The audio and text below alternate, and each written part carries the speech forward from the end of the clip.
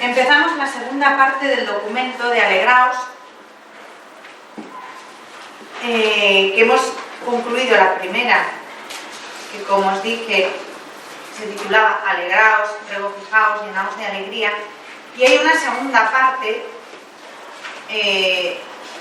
cuyo título también han tomado del profeta Isaías, que es consolad, consolad a mi pueblo. Y el texto de Isaías 40, 1, 2, dice: consolad, consolad a mi pueblo, dice vuestro Dios, hablad al corazón de Jerusalén. Las palabras de Isaías, consolad, hablad al corazón, se encuentran con una cierta frecuencia en el Antiguo Testamento y tienen particular valor los términos que se repiten en los diálogos de ternura y de afecto. Se trata de un lenguaje que explica en el horizonte del amor no solo una palabra de aliento, acción y palabra juntas, delicadas y alentadoras, que evocan los profundos lazos afectivos de Dios, esposo de Israel. ¿Por qué? Porque la palabra consolar evoca algo profundamente humano. Uno pues no tiene sentido consolar a un ente abstracto, sino a alguien muy concreto, ¿no? Y el hecho de que Dios quiera que consuele, que su pueblo sea consolado, que quiera consolarnos, que quiera ser Él nuestro consuelo, nuestro consolador, indica una unión afectiva muy grande de Dios y su pueblo. No simplemente es un Dios y un pueblo, un Dios al que se da culto y un pueblo que rinde ese culto, que da ese culto a Dios, sino que el vínculo de Yahvé con Israel es profundamente afectuoso, está fundamentado en el afecto, en el amor, más que en el culto puramente, en la adoración. Está fundamentado sobre todo en el amor, en el afecto. Y porque Dios tiene afecto a su pueblo, lo quiere consolar. Si no le tuviera afecto, la consolación por parte de Dios al pueblo no tendría sentido. Tú quieres consolar a aquella persona hacia la que sientes afecto. Si no, no la consuelas, ¿no? No tiene sentido, no te sientes movido a la consolación. Y Dios se siente movido a la consolación de su pueblo y quiere que su pueblo sea consolado. Y de hecho el verbo está en imperativo: consolad. Consolad a mi pueblo, dice vuestro Dios. Y la manera de consolar al pueblo es hablarle al corazón. No se le habla de cualquier manera, se le habla al corazón, en la intimidad, en ese clima, en ese ambiente del afecto, de la ternura. Y en concreto, Dios es el esposo de Israel, ¿no? El esposo que consuela a su esposa. En otros momentos también aparece como la madre que consuela, como el padre que consuela. Pero la consolación siempre indica un profundo afecto. No se consuela a quien no se ama. Y la consolación, dice el documento, debe ser epifanía de una pertenencia recíproca, juego de empatía intensa, de conmoción y de unión vital. Esta frase, que parece un poco rimbombante, si la analizamos despacio es preciosa, porque nos está hablando de un Dios que tiene sentimientos, no es un impasible. Es impasible porque la impasibilidad es un atributo divino, la inmutabilidad, la impasibilidad, pero al mismo tiempo Dios, por el hecho de amar a su pueblo, se ha hecho pasible, se ha hecho vulnerable. Puede ser herido por el amor, ¿no? No podrá ser herido por la fuerza, porque él es más fuerte, pero puede ser herido por el amor. El amor le hace vulnerable. De hecho, en Oseas nos lo dice, ¿no? Mi corazón se ha vuelto contra mí. El corazón de Dios se ha vuelto contra Dios mismo. Y en este momento el profeta está ya prefigurando a Jesús, al que va a ser hombre, al que va a encarnarse y en esa encarnación va a ser absolutamente vulnerable al amor. Hay una prefiguración de lo que después nos va a decir San Pablo en Filipenses, de los sentimientos de Cristo Jesús que tenemos que tener entre nosotros. La consolación, dice el texto, lo que os acabo de leer, debe ser epifanía de una pertenencia recíproca. ¿Qué quiere decir esto? Epifanía significa manifestación. Cuando el 6 de enero celebramos la Epifanía del Señor, estamos celebrando la manifestación de Jesús a todos los pueblos, ¿no? Que se simboliza en los sabios de Oriente. Que Jesús no es solo para el pueblo de Israel, sino que estos que vienen a adorarle y le reconocen como Dios desde Oriente están simbolizando, están representando a la humanidad entera, que Jesús viene para todos. Por eso es la epifanía del Señor, porque es una manifestación clamorosa de Dios, de quién es Jesús, mejor dicho, de Jesús, al mundo entero, ¿no? Por eso se le ofrece oro, incienso y mirra. Oro reconociendo su realeza, incienso reconociendo su divinidad y mirra porque es hombre y va a morir. Eso es lo que simboliza. Bueno, pues la epifanía es esa manifestación amplia, pública, a toda la humanidad de Jesús. Entonces, que la consolación deba ser epifanía de una pertenencia recíproca significa eso, que tiene que ser una manifestación clara, pública, evidente, notoria, una proclamación de esa pura pertenencia de Dios y el pueblo. La consolación es una manifestación de que Dios pertenece al pueblo y el pueblo pertenece a Dios.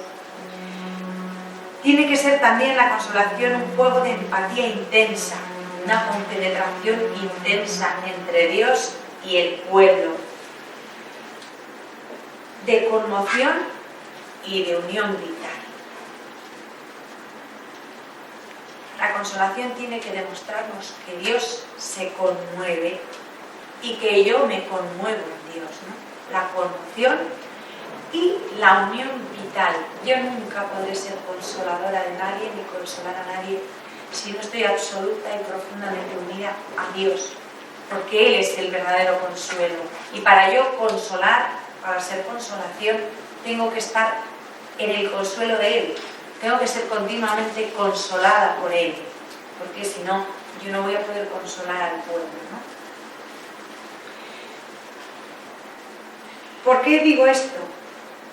Porque es el Papa el que nos dice que ese mandato, porque es un mandato, es tan imperativo, ¿no? De Dios, consolad a mi pueblo, no son unas palabras superficiales ni dulzonas, sino de entrañas de misericordia, abrazo que da fuerza y es paciente cercanía para hallar los caminos de la confianza. La consolación nos va a llevar a caminar en la confianza, nos va a dar fuerza y, como dice el documento, no son palabras dulzonas, empachosas, más o menos bonitas, sino que muestra que estamos llamados, nos está llamando, mejor dicho, a la consolación, nos está llamando a unas profundas entrañas de misericordia hacia la humanidad entera. Los consagrados, todos, estamos llamados a ser consolación de Dios. Consolad. Consolad a mi pueblo, dice el Señor. Hablad al corazón de Jerusalén.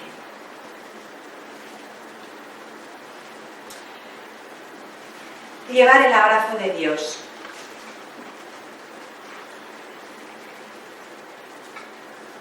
Dice el Papa Francisco en una locución del 8 de julio de 2013 que se titula La evangelización se hace de rodillas. Dice: la gente de hoy tiene necesidad ciertamente de palabras, pero sobre todo tiene necesidad de que demos testimonio de misericordia. La ternura del Señor, que enardece el corazón, despierta la esperanza, atrae hacia el bien, la alegría de llevar la consolación de Dios. El Papa Francisco nos confía a nosotros, consagrados y consagradas, esta misión: encontrar al Señor que nos consuela como una madre y, a continuación, consolar al pueblo de Dios. Primero tenemos que ser consolados para inmediatamente poder consolar al pueblo de Dios. De la alegría que brota del encuentro con el Señor y de su llamada, brota el servicio a la Iglesia, la misión. ¿Y cuál es la misión? De todo consagrado y de toda consagrada, independientemente del carisma que esté llamado a vivir. Llevar a los hombres y a las mujeres de nuestro tiempo la consolación de Dios, testimoniar su misericordia. Ser testigos de la misericordia de Dios, de la ternura de Dios, del consuelo de Dios, en definitiva, de lo que encierra el corazón de Dios. Y esto es muy hermoso leerlo, porque de alguna manera patentiza, garantiza la actualidad de nuestro carisma, ¿no? De aquello a que estamos llamadas. Estamos llamadas a anunciar al mundo el consuelo más grande, la consolación más grande, que es saber que somos amados por Dios en Cristo Jesús con un corazón de hombre. Esa es la consolación mayor que podemos anunciar, ¿no? Somos amados, y somos amados por un Dios que tiene corazón. Y eso es lo que en concreto, nuestra manera concreta de vivir este punto del documento, ¿no? Cuando se nos envía a consolar al pueblo de Dios. Nuestra manera de consolar al pueblo de Dios es anunciarles que Jesucristo tiene corazón y que Dios nos ama con un corazón de hombre, que somos amados, ¿no? Y es muy bonito, al menos para mí es consolador, ver, comprobar, constatar, palpar la actualidad del carisma a que somos llamados, porque este documento es magisterio ordinario de la Iglesia y es plenamente actual. Y en ese documento se nos está pidiendo lo que el Espíritu Santo nos está moviendo a hacer.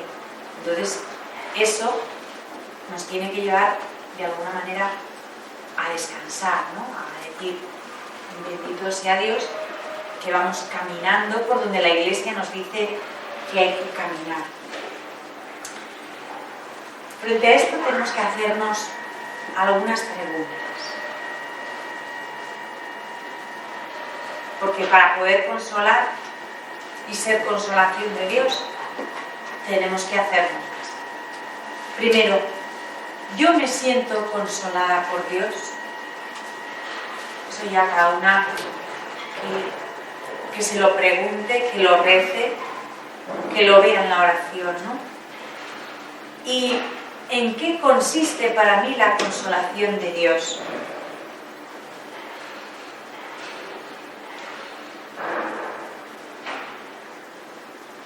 Personalmente os puedo decir que para mí la consolación de Dios es poder ser yo consolación para otros. La consolación más grande es poder consolar.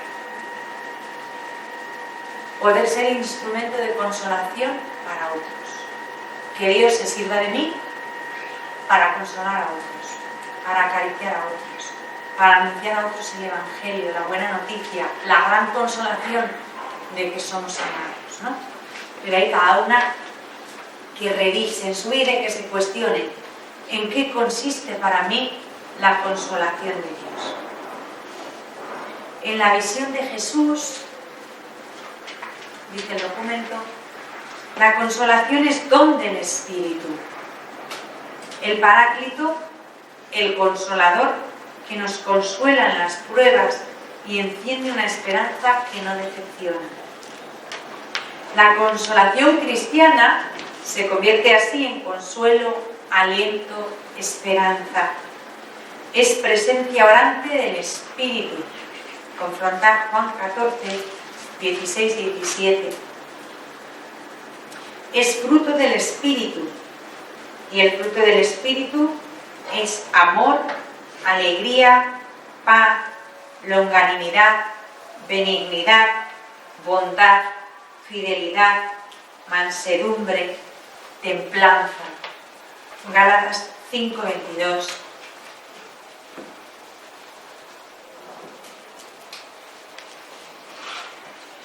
Otra pregunta que nos debemos hacer en la oración: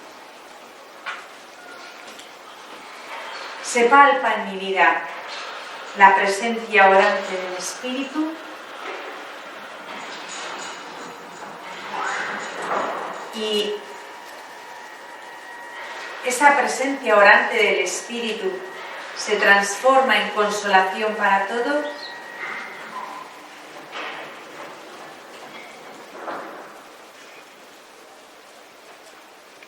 Dice el documento: en un mundo de desconfianza, desaliento, depresión, en una cultura en donde hombres y mujeres se dejan llevar por la fragilidad y la debilidad, el individualismo y los intereses personales, se nos pide introducir la confianza en la posibilidad de una felicidad verdadera, de una esperanza posible que no se apoye únicamente en los talentos, en las cualidades, en el saber, sino en Dios.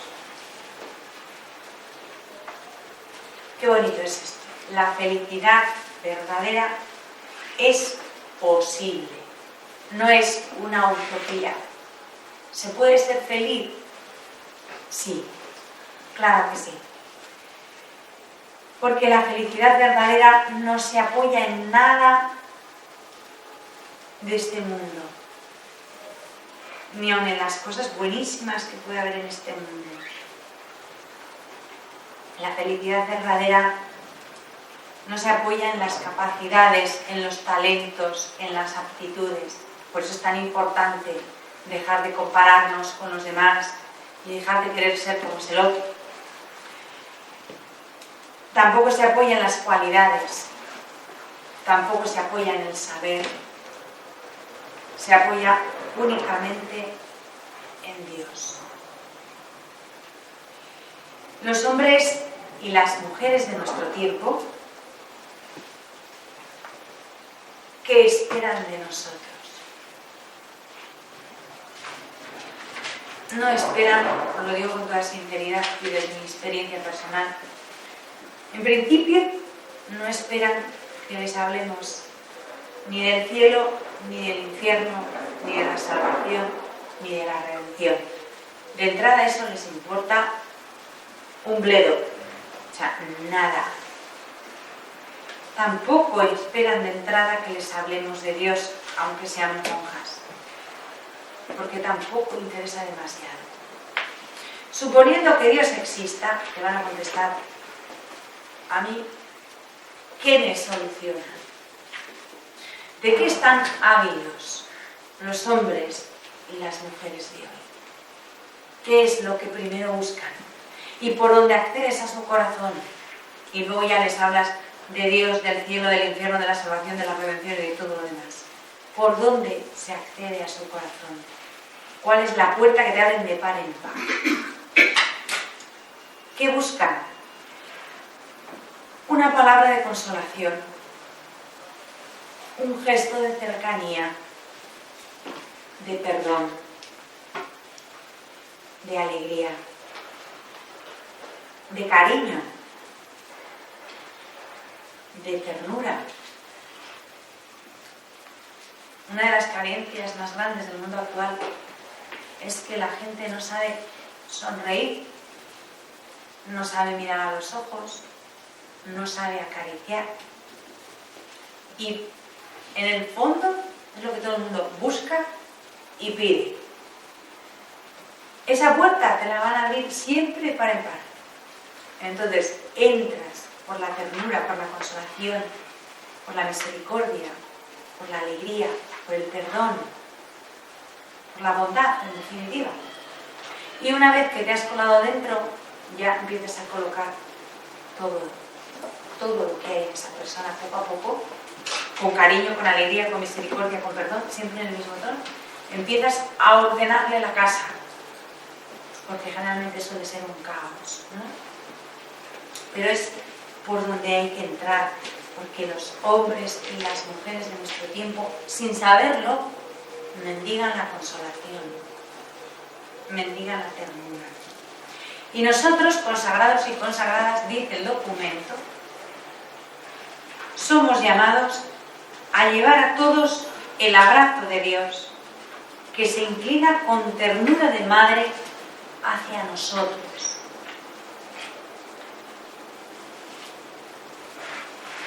Consagrados, signo de humanidad plena.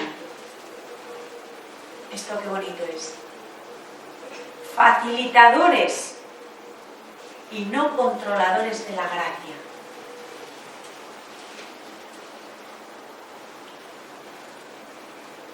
Y todo bajo el signo de la consolación. ¿Quién eres tú para juzgar al prójimo? Dice la palabra de Dios. Tenemos que facilitar la gracia, que como su nombre indica es gratis. No controlarla y no decir, no ir por el mundo repartiendo absoluciones y condenas. Podemos ver y constatar hechos objetivos. Sí. Hechos objetivos, sí. Pero ¿quién soy yo para juzgar al autor o autores de esos hechos, aunque sean objetivos? Tenemos que facilitar la gracia, no controlarla. Esto lo dice el documento, ¿eh? Los consagrados estamos ahí, llamados a facilitar la gracia, no a controlarla y mucho menos a repartir absoluciones y condenas. Eso no nos corresponde a nosotros. La ternura nos hace bien, es otro apartado del documento. Como testigos de comunión, no obstante nuestro modo de ver y nuestra limitación, estamos llamados a llevar la sonrisa de Dios.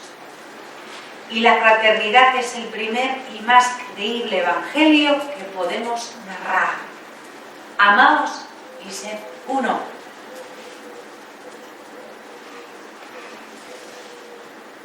Amaos y el mundo creerá. Si no, nunca haremos creíble el evangelio. Nunca demostraremos que es verdad el evangelio si no nos amamos. Si predicamos el evangelio y luego no nos amamos, nos estamos desmintiendo a nosotros mismos.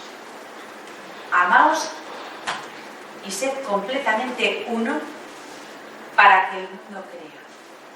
Esto implica desterrar de nosotros todo egoísmo. Nunca podremos ser la sonrisa de Dios si el egoísmo está presente en la comunidad. Y ya os lo he dicho muchas veces, las personas que se acercan al monasterio vienen buscando algo diferente que no hay fuera del monasterio. No vienen buscando la liturgia, no vienen buscando las charlas, vienen buscando a Jesús. La liturgia es mucho mejor que cualquier catedral. Las charlas las puede dar cualquiera mucho mejor. Vienen buscando el testimonio de la alegría, del cariño de unas con otras. Porque eso no hay en cualquier sitio. Y es lo que buscan. Y acordaos de aquellos griegos que se acercan a Felipe y le dicen: queremos ver a Jesús.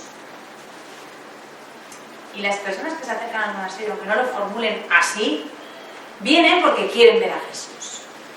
Como podéis comprender, nosotras no somos para nada interesantes. Lo interesante es que aquí encuentran a alguien que, si vas por la acera, no lo encuentras. ¿Y dónde lo encuentran? No en lo que hacemos, sino en lo que somos. No en lo que hacemos, sino en cómo lo hacemos. No en el horario, no en lo que rezamos, no en el trabajo, no en las canciones. No, todo eso ayuda. Se encuentra a Jesús en nuestro modo de vivir, en el ambiente de la comunidad, independientemente de lo que la comunidad esté haciendo. Hay que crear esa atmósfera en la que se respire a Jesús, en la que se palpe a Jesús.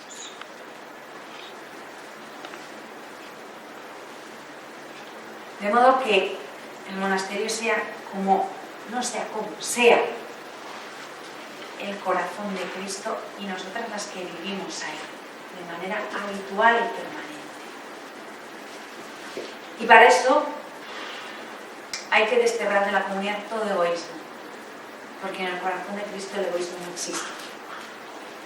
Luego es absolutamente necesario, para que seamos el corazón de Jesús visible, el corazón de Jesús encarnado, desterrar todo egoísmo y amarnos como Él ama, ¿no? Lo que hay en el corazón de Jesús es amor, y ese amor puro, que es el de Él, como Él ama, como Él nos ha mandado, que es un precepto, el principal precepto de nuestra religión.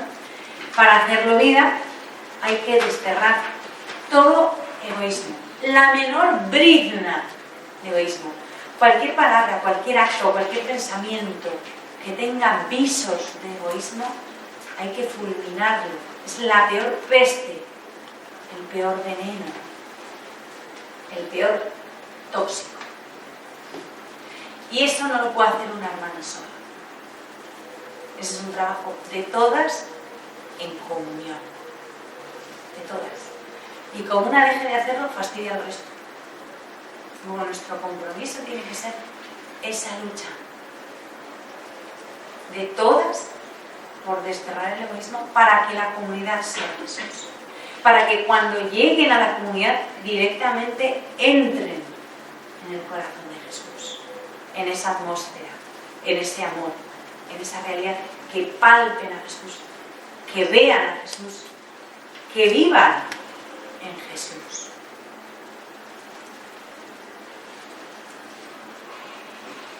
Estamos llamados a llevar la sonrisa de Dios. La fraternidad es el primero y más creíble evangelio que podemos narrar. Y yo añado, nosotras en concreto estamos llamadas a ser el corazón de Jesús. La comunión y el amor que hay dentro del corazón de Jesús, que hay en el corazón de Jesús. Para ello, dice el documento, se nos pide humanizar nuestras comunidades. No podemos ser el corazón de Jesús si somos zombies o bichos raros, porque Él se hizo hombres. Estamos hablando de un corazón humano, corazón de Dios, pero corazón de hombre. Para eso tenemos que ser humanos y hay que humanizar nuestras comunidades.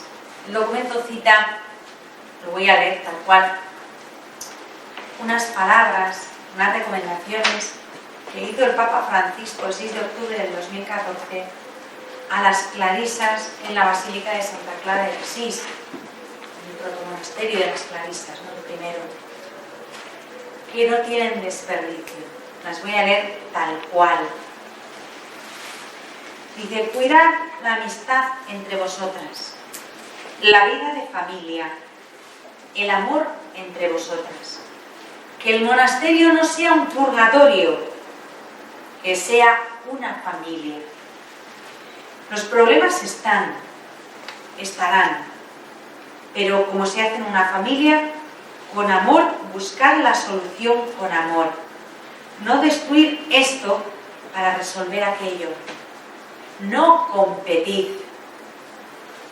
Cuidad la vida de la comunidad, porque cuando la vida de comunidad es así, de familia, es precisamente el Espíritu quien está en medio de la comunidad. Estas dos cosas quería deciros. La contemplación siempre, siempre con Jesús, Jesús Dios y hombre.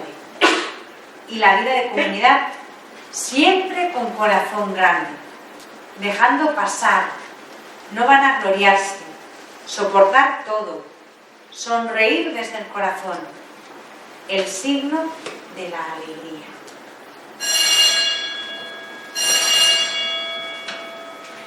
Dice el documento que la alegría se consolida en la experiencia de fraternidad, donde cada uno es responsable de la fidelidad al Evangelio y del crecimiento de los demás.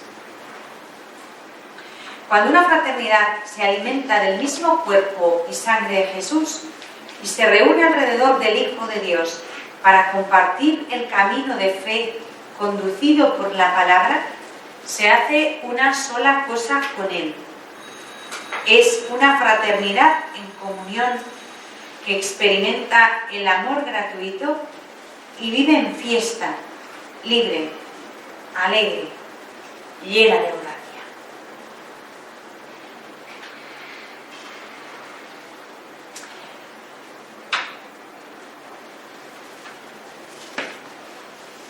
Una fraternidad sin alegría es una fraternidad que se apaga.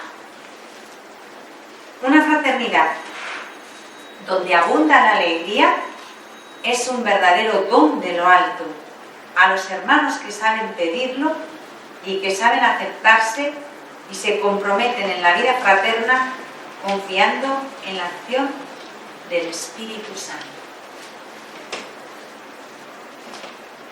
Se nos invita a favorecer la comunión de corazón y de alma según el Evangelio, porque existe una comunión de vida entre todos aquellos que pertenecen a Cristo, una comunión que nace de la fe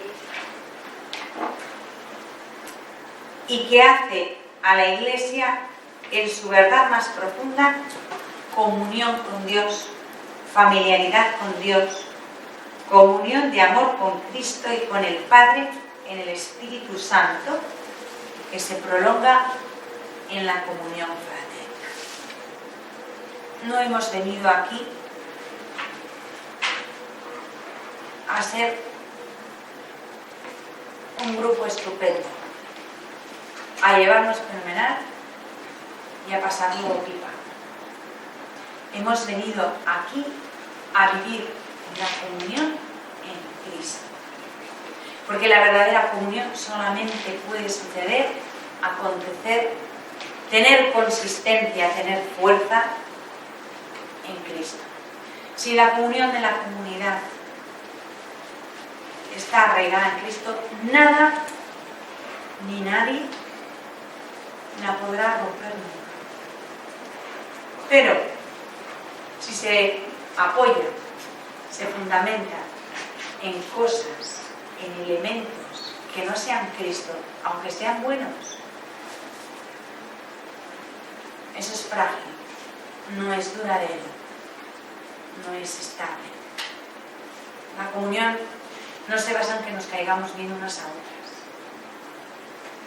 La comunión no se basa en que todas pensemos igual, porque no todas vamos a pensar igual. La comunión no se basa en el afecto que nos tenemos, porque el afecto es algo variable. La comunión se fundamenta en Jesús. Lo que a mí me une a vosotras no es el afecto que os tengo, que es muchísimo, porque os quiero muchísimo, pero no basta. Lo que a mí me une a vosotras, el que a mí me une a vosotras, es Jesucristo. Y ese vínculo es irrompible y es eterno. Trascenderá los tiempos y los lugares. Y esto es muy importante a la hora de que un instituto se consolide. Porque ¿qué pasa? Que el día que no vivamos todas bajo el mismo techo ya no hay comunión. Si no estamos arraigadas en Jesús, no sé lo que puede pasar, claro. Pero es que donde haya cualquier hermana en la comunidad, si en la comunidad el vínculo de unión es Cristo, seguirá en comunidad, seguirá en comunión. No estará físicamente aquí, porque puede estar en una fundación en Pernambuco, yo qué sé. Pero la comunión no se rompe, porque la comunión verdadera viene de Cristo y ese vínculo es irrompible, ni el tiempo ni la distancia. Ahora, como la unidad esté fundamentada en cosas que no sean Jesús, pues no sé yo lo que vamos a lograr, sinceramente.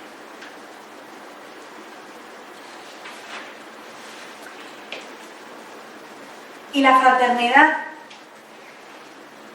es la fuerza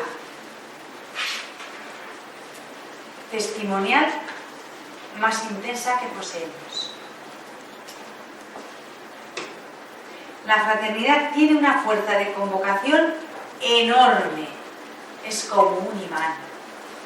La fraternidad, cuando se vive así en Jesús y se traduce en servicio, en alegría, atrae, convoca, llama.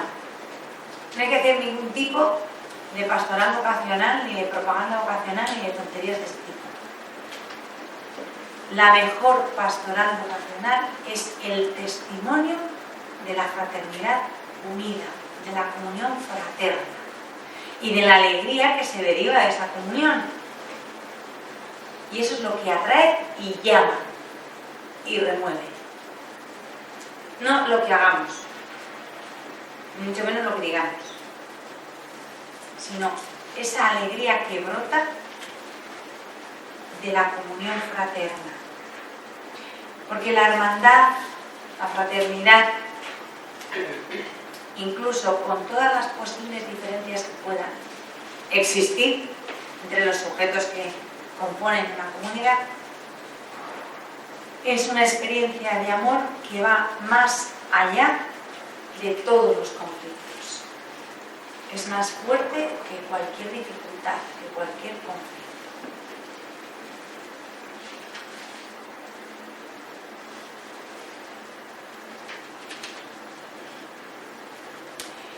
La cercanía como compañía.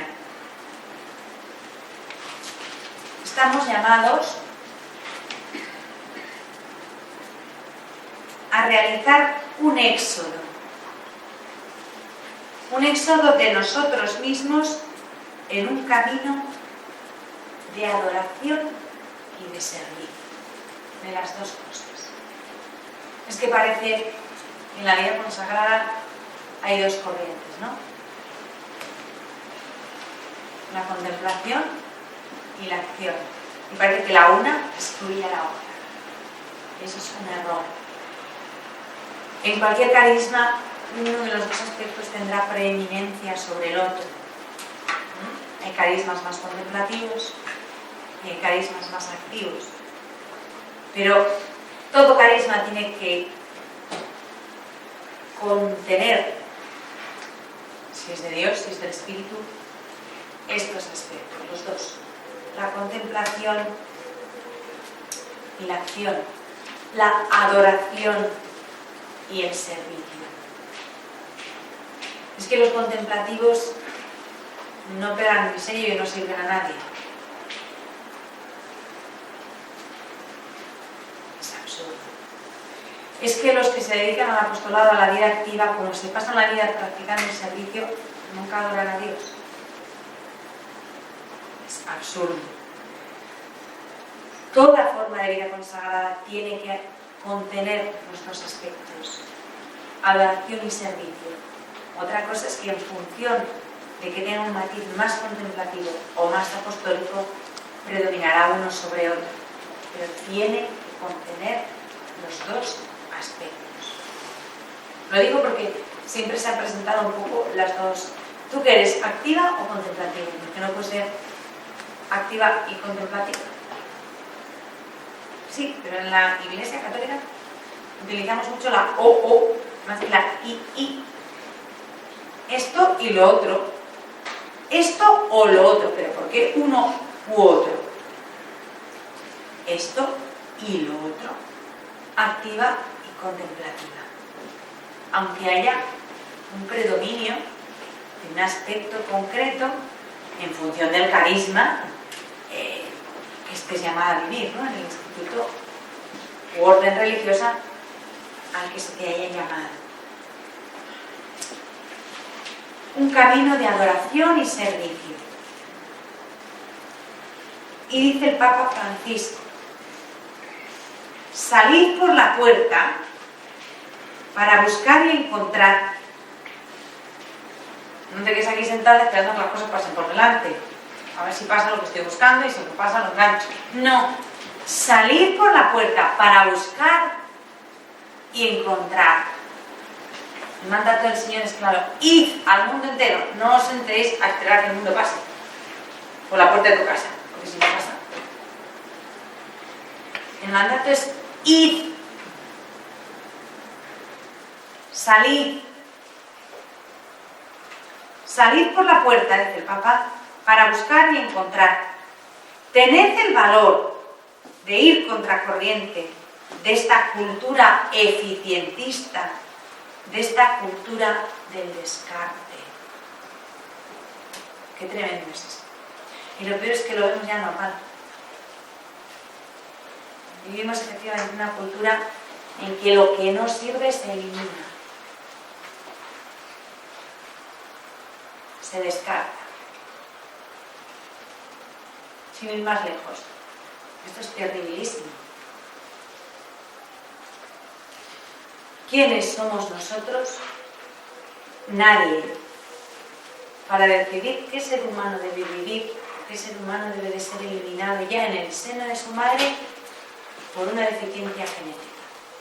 Esto está sucediendo, está legislado. Es la cultura del descarte, o sea, se ve normal que una mujer se someta a una prueba durante su embarazo para decidir si deja a su hijo vivir o no, si es apto o no. Porque ¿para qué va a servir ese niño con síndrome de Down, por ejemplo? Lo plantean así: ¿para qué va a servir? Lo descartamos. No nos damos cuenta de la aberración tremenda que supone el hecho en sí. Pero lo más tremendo es que ya se vea como normal la aberración en sí misma. Eso es normal. Es tremendo, ¿no? Vivimos en una cultura del descarte y tenemos que atrevernos a ir contracorriente y a decirlo claramente y a decir que la eficiencia no es un valor del Evangelio, es un valor del mundo, en el peor sentido de la palabra mundo. ¿Para qué sirve un niño con síndrome de Down? ¿Para qué sirve un anciano? ¿Para qué sirve una monja en un claustro? Vaya, eso contestaría: ¿y para qué sirve un joven borracho saliendo a las 7 de la mañana de una discoteca con una trompa que no se tiene? ¿Para qué sirve ese? Habría que contestar esto. Y hay que tener valor para hacerlo y decirlo. ¿Para qué sirve una monja en un claustro? ¿Y para qué sirve un borracho con una trompa vomitando por toda la calle? Aparte de dejar la calle hecha más y de estar matándose a sí mismo. ¿Para qué sirve ese? Hay que respetarle porque es su vida. Y pues a la monja que está en el claustro también hay que respetarle, también es su vida. Y al niño que está en el claustro materno, aunque tenga una deficiencia genética, también hay que respetarle, hay que dejarle vivir. Porque también es su vida. Y no tenemos ningún derecho a eliminarlo, a descartarlo, porque no sirve para nada. Porque además todos esos que defienden el progreso y la civilización, hay que decirles que un señor en el siglo XX hizo eso y se llamaba Hitler. Y descartó a no sé cuántos de un plumazo. Bueno, un plumazo no, de bastantes plumazos. Y eso que se critica de Hitler, lo están haciendo las madres con sus propios hijos. y está legislado en muchos países que eso es legal. Y es lo mismo, no hay diferencia. No hay diferencia. Hay diferencia en el modo, pero la esencia del acto es el mismo. Y tenemos que ser valientes para salir y denunciar esto. Ir a contracorriente.